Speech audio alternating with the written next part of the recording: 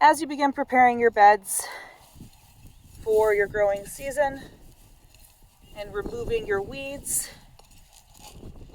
you always have the option of, really two options, either pulling weeds or leaving them in.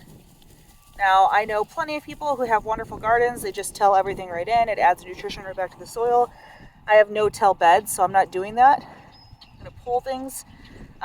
What you should be finding as you are pulling up these different types of weeds and plants is worms. Worms are a great indicator of healthy soil. And I have a bunch of different worms here, about 4 different worms just from this one plant. That I'm very happy to see. What I'm pulling up is actually a very beneficial plant in its own right. It's a mullein plant, and mullein has plenty of medicinal qualities. If you look into that, there's quite a lot of things you could do with it. I have it growing naturally all over my garden and my property, so when I do find it in my garden, I pull it because first year mullein stays flat like this. You just have these nice soft fuzzy leaves. They don't get very big. Second year mullein shoots straight up towards the sky. It gets a couple of feet tall and it will take over your garden. So I'm going to go ahead and get rid of it. All I'm doing right now is removing as much of the soil as possible from these roots. I've got some grass in here too, that's slowing me down. And of course any worms that I find in here I'm pulling out.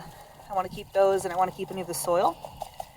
Whenever I do pull up weeds, typically speaking, you can add these to your compost pile or just get rid of them. I have some of the best composters in the world right behind me. I have some goats, so they get any of the grass that I pull. I'm leaving quite a lot of what's in this bed here though. All of this mulch from last year, I'll just pull right back over what I've cleaned and let stay. As you're cleaning your gardens, you're probably going to find different things. I just found one of my little pests in this area.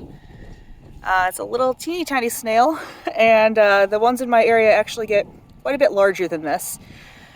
Now, I don't have an issue with them at this point in the year. When they start to become a problem is once I actually have plants out here, and at that point I start picking them and harvesting them for my ducks, who are huge fans of them. Now, it just flew away, but I just saw a ladybug. Those are one of your best friends in the garden because they like to eat aphids. So they'll help keep your garden nice and healthy.